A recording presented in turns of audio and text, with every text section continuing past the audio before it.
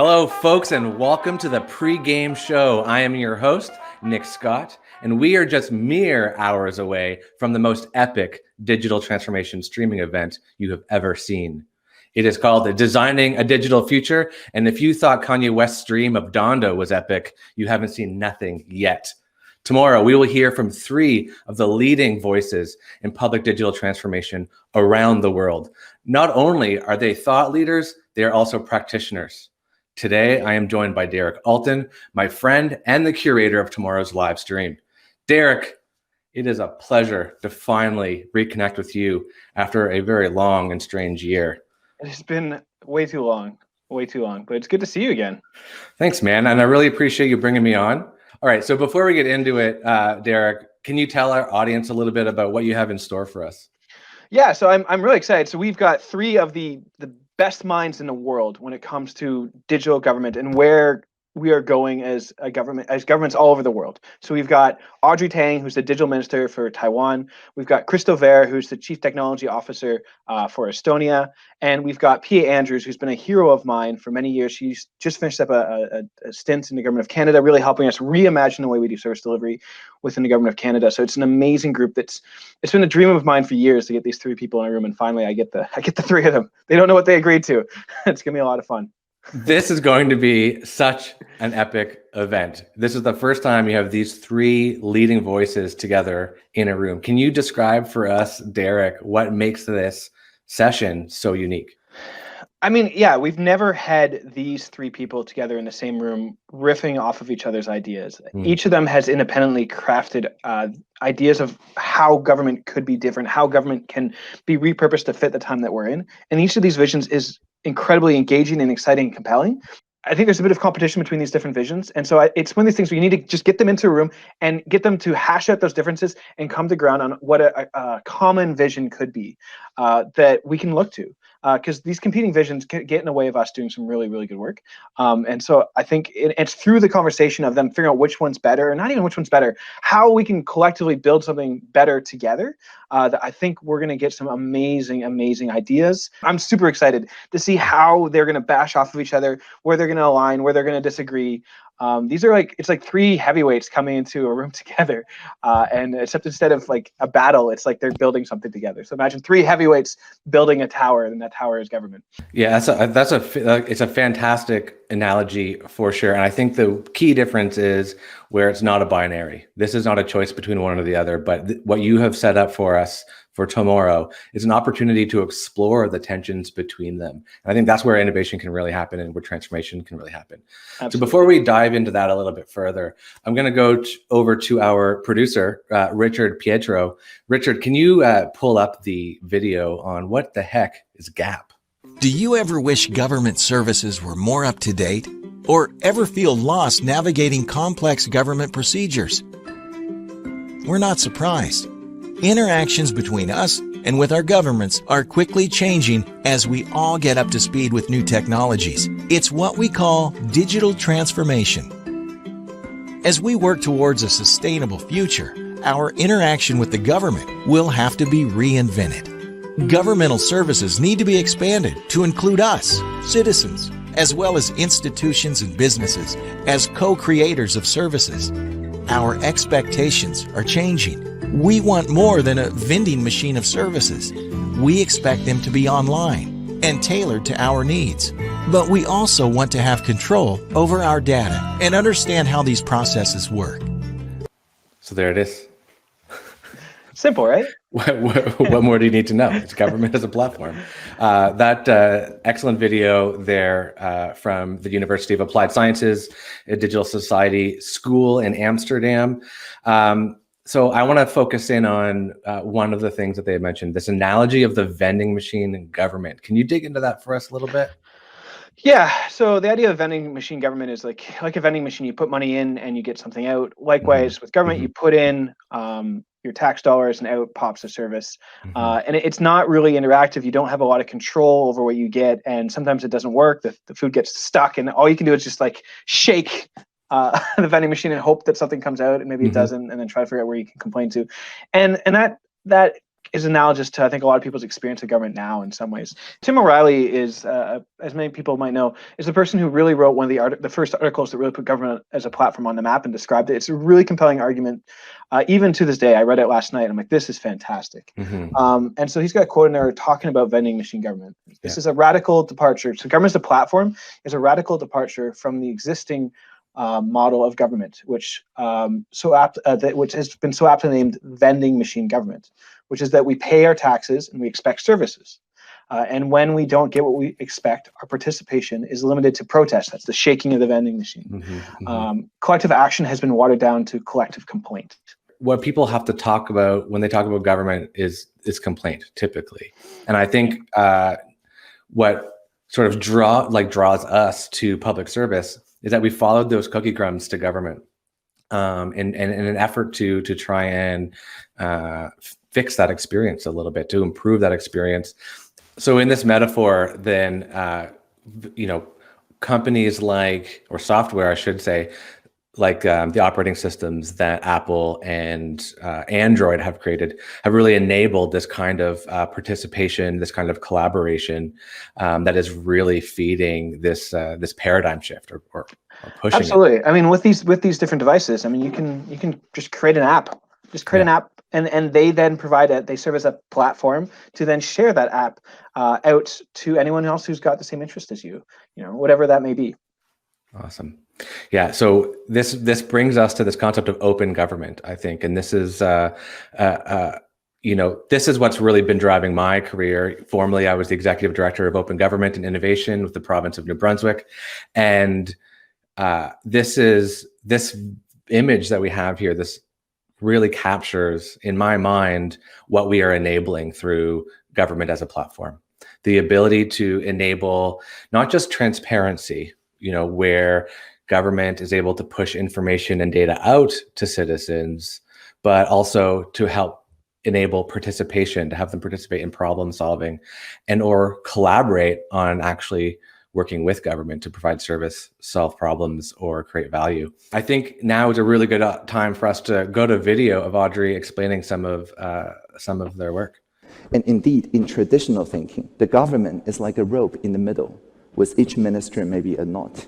And each different forces, like for economic development versus environmental eco-friendliness, is like the tension that pulls the strings that is the government itself. But now we have a new way of thinking called social innovation. In social innovation, we can develop business models that furthers the social and environmental goals, and the government's role has changed. Instead of asking what is the fair, the best arbitration, we ask two new questions. First, we ask, given our different positions, is there some common values, after all, that everyone can live with? And the second question is, given the common values, can we come up with innovations that delivers these values to everybody? I mean, I still am a little bit flabbergasted that you were able to get the Minister of Digital Government from Taiwan to speak tomorrow. This is absolutely fantastic. We're very lucky, and Audrey is she's always been amazing at being accessible and responding to invitations and getting out there and engaging with people about the ideas that she's been building and exploring. And I mean, her story is an amazing story. Like, growing up in Taiwan, and then she came to Silicon Valley and got involved in the whole startup space before retiring super young, and dedicating her life towards improving the way government works through technology, and more than just technology, through cultural change. And then got involved in the GovZero movement, which is this really cool idea where basically they're frustrated with how government was presenting information through their websites. And so what they did is they just forked government. They took the website, they scraped the information off of it, they redesigned it to be way more engaging, way more compelling, and then they put it back up and they used exactly the same URL, except at the end, they replaced the O in Gov with a 0. And so it became the GovZero movement.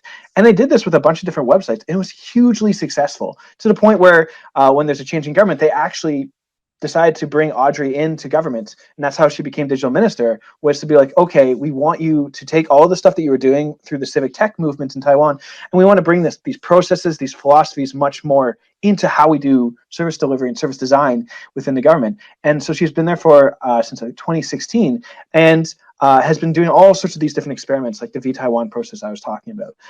It is so cool, and she's an amazing person to talk to, very engaging, very down to earth, brilliant ideas, and has really made me rethink how I approach the work that I do. And so I'm super excited to see how she's going to make us rethink things tomorrow. So fantastic. And, you know, as you're describing Gov0, I'm thinking this is that collaboration part of the Venn diagram in open government. But it's also show, don't tell on super serum. This is a pretty wild example of that. They brought Audrey Tang into government to be this digital minister, and basically gave her an open sort of mandate to basically, with the instructions, bring the process you did through Gov0 and the work that you've been doing to how we do service design in government. And that's from that she designed this V-Taiwan process, which blends the open source platform Polis with community organizing, community collaboration dialogues, which is this really cool blend of both tech and in-person. I think so often those two worlds are separate, and they don't need to be. And this is what Audrey is modeling through V-Taiwan, is that tech and in-person can really be blended together in exciting ways. So here we got on the screen here an example of what Polis does. So what Polis does is you can make a statement, and then people can upvote and downvote your statement. But you can't comment. All you can do is make another statement. So if you think the person got the statement wrong, you can put forward a statement that you think is closer to what the actual truth is. And at the end of the day, the statements that get the most upvotes are the ones to sort of rise to the top. And so it pulls people towards consensus. Instead of pulling division, it creates consensus, and it really helps illustrate where people are aligned on. And it does it visually. You see with the little dots there. It shows that, okay, this here on the left, that's clearly where the majority of people are congregating. This is where we should start from. But they don't stop there. They then bring in people together. They get people together to then discuss what this means and where do we go from here. And it's something happens when we come together and we're forced to wrestle with complexity. I think it helps us find better solutions. Yeah. So the solution that comes out of this wasn't the first option, wasn't the second option. It was maybe the 25th option. But it really helps us get to better results, which we need in a super complex world. Absolutely. What I'm thinking about here is this idea that oftentimes when we approach decision making or engagement with the public, it's a zero-sum game, right? Where you have two competing sort of points of view, and then you choose one. And instead, we have the opportunity to explore a multiplicity of perspectives, the tensions between them, and find the best possible solution. It reminds me a lot of SenseMaker, which is David Snowden's platform, which is really meant to help decision makers, achieve a level of coherence about complexity, as opposed to oversimplifying what is already complex. I want to now move over to our next speaker, Kristo, who is coming to us from Estonia. And there are a few key things here. One of them is autonomous microservice architecture. It's a really technical term. They're talking about it a lot more in the Red Room right now. But technically what it means is that instead of huge monolithic silos, your government services consist of smaller pods, smaller domains that talk to one another. Sort of like you here. You can talk to one another with specific experience from your own side, your own domain knowledge, right? Just like in your own organizations or in your own governments, you fill a specific role. An organization isn't a monolith, because if you, for example, have a vacation or you attend a conference like this one here, your organization still works. No government here, if you're from a government or if you're from an organization, your government and organization still works today. Just because you're here, nothing fails. In monoliths, they can often fail. And this is one of the key things to make this happen, to have more microservice-oriented architecture, which means smaller sections that governments can share. So if multiple ministries share the same function, you can actually share the same technology. With monoliths, you can't do it. But with smart, domain-driven, autonomous microservices, that's possible. I love hearing Kristo talk about this stuff. It's really interesting, and it's fun because he comes at it from a very different perspective than Audrey, and that's one of the things that's going to be exciting about tomorrow is to see people coming from such different perspectives, how they can meet in the middle on this. And I mean, Kristo, he's an engineer. He comes from a technical background, and his, when he was just talking about microservices is actually really important because that's another key aspect of the government as a platform concept that's really shaped how government as a platform is attempted to be implemented by governments all over the world. And this is this idea of going from these big, monolithic tech structures, and not just tech structures, processes, policies, this giant, one size fits all kind of situations, which obviously is not true in a hugely diverse world, and breaks it into smaller pieces that can be mixed and matched to create personalized experiences. And it's this mixing and matching, something that Alistair Crowell from FWD50 often talks about, this idea of Lego.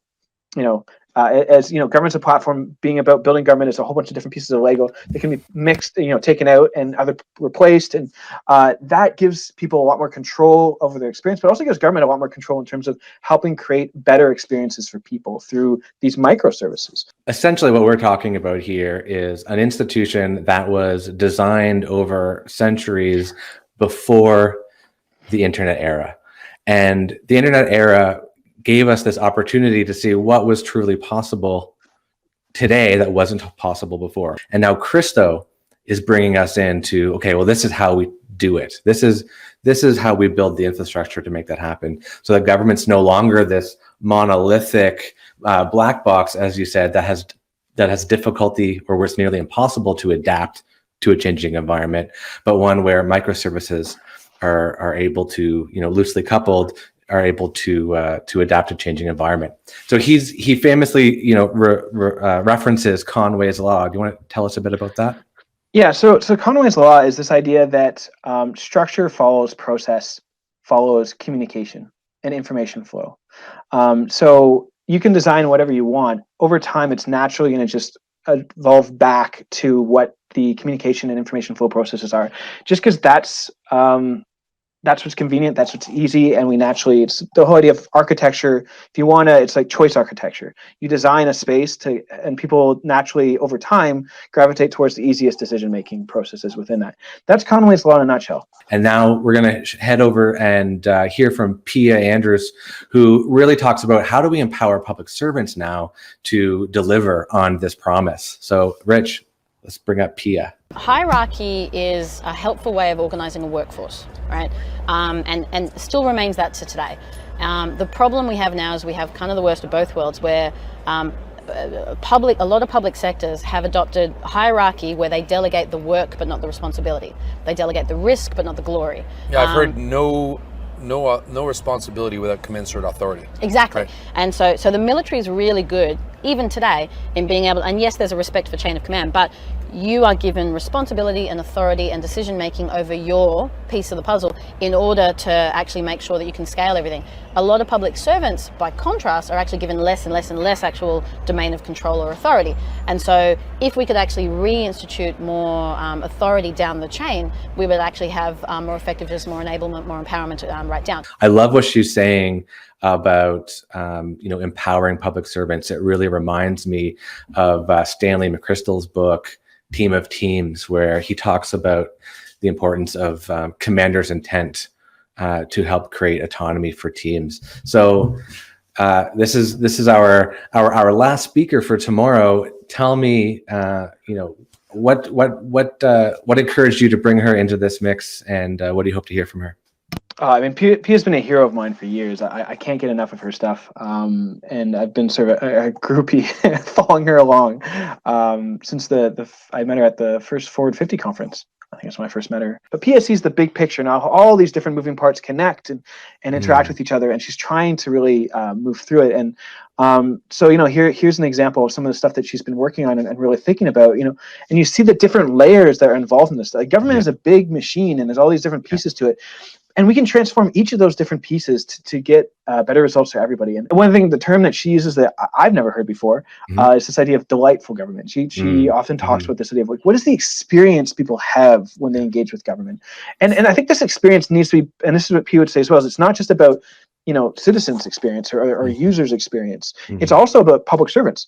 It needs to be a delight to be a public servant, because if it's not a delight for us, it's not going to be a delight for the people we engage with and we interact with. That really reminds me of Dr. Christian Bassin's concept. He says, if you want to have an engaging government, you need to have engaged public servants. So absolutely in line with that, bang on with that. Can you tell me about what Pia refers to as rules as code? And why is that important? Yeah, I mean, so one of the things that one of Pia's favorite topics to talk about is rules as code, which is really interesting. And it's the idea that when we design legislation, when we design policy, even when we design services, we need to design not just with people in mind, but also with bots, with computers in mind, which seems weird, but there's a reason for it. And there's actually a couple reasons for it. One is that it forces a certain logic. It means that you need to have a decision tree. And it's amazing how many policies and programs aren't necessarily designed with that decision tree in mind, which means that there are gaps. But when you are forced to design with rules as code, you can't have gaps because there needs to be a yes/no kind of answer to follow the decision tree down. The other thing it does is it simplifies the process. It makes it easier, because if it's easy enough for a machine to understand, it's easy enough for people to understand. Absolutely phenomenal cast of characters you have brought together, Derek. We, what I'm seeing in my head, forgive me, is like a really important Venn diagram between the three folks that you have brought together.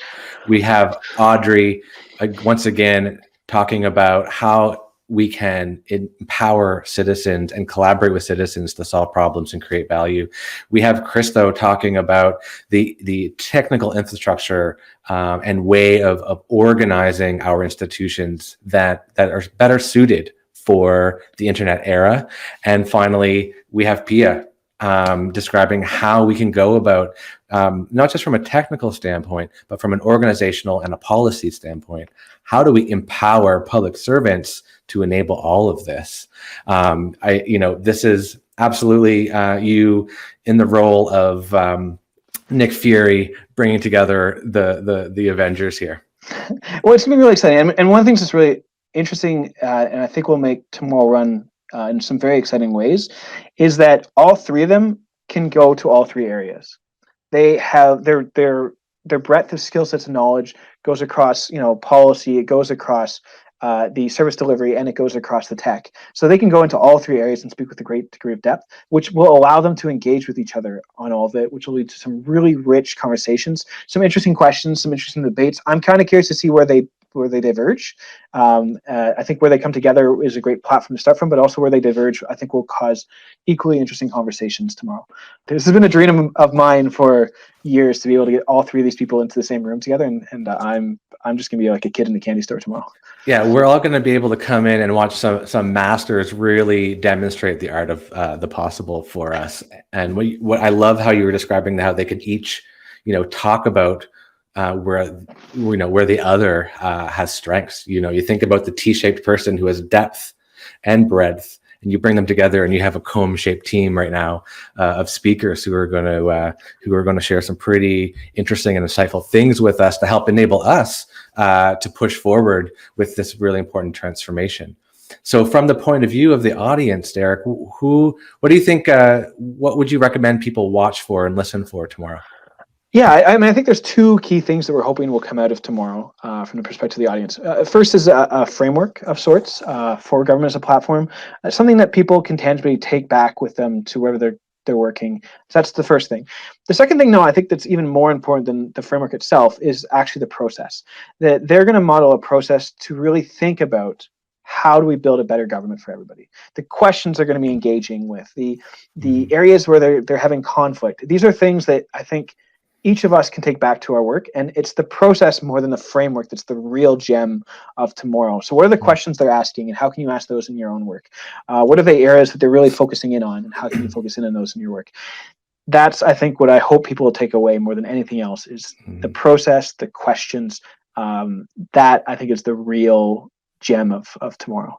Well, look, Derek, I mean, just not having even seen them speak yet, just the concepts that they are bringing, the experience that they are bringing already has my, neurons firing in all directions in my head. I'm just so absolutely looking forward to this session and, really, filling up my tank as a public servant to sort of go this distance. Well, and I think an important thing to say is I don't think we do enough of having heroes in the public service. We're good at sort of like, keeping a low profile, and we don't do enough to elevate vision, I think, in government. And this is a chance for us to sort of take a bit of a different tack. These are three public servants who are visionaries. They have real vision, they have ideas, and they're people that can inspire us to be better public servants. It's exciting to be part of this, and I really appreciate you involving me in this pre-game show today. And really hats off to you for pulling together this phenomenal cast of characters for this session tomorrow. I want to thank everybody for watching and listening, and I hope that your brains are buzzing as much as our brains are buzzing. I'm Nick Scott. This is Derek Alton, our producer behind the scenes. Big thanks to Richard Pietro. Look, folks, I hope you all tune in at 6 a.m. Eastern Time, Thursday, October 21st. This is going to be better than a shot of espresso to start your day. Check out FWD50.com. That's FWD50.com for more information. And I'll see you there tomorrow.